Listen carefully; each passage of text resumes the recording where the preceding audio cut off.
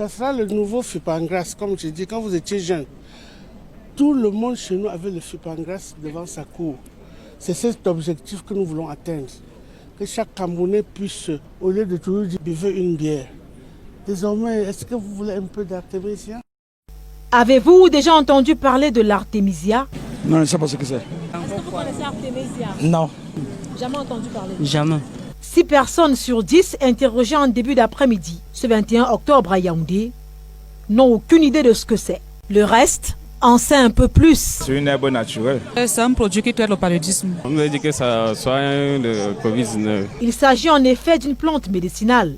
Ses vertus thérapeutiques font déjà l'unanimité bien au-delà de nos frontières, comme mesure endogène de riposte forte contre le paludisme et surtout le coronavirus. On a essayé chez les malades au mois de mars et on a réussi. Raison pour laquelle le Cameroun se lance dans la culture de l'artémisia. Des plants et autres produits dérivés de cette plante ont été distribués ce jour par le ministre de la Recherche scientifique et de l'Innovation. Nous avons donc utilisé nos plantations qui sont à Balmayo et à Banganté, à peu près une quarantaine d'hectares. Et nous sommes en train maintenant d'essayer dans toutes les zones agroécologiques de notre pays, parce que ça change peut-être un peu en fonction de la zone. Une dotation d'1,370 milliard de nos francs injectée dans le projet pour une production massive.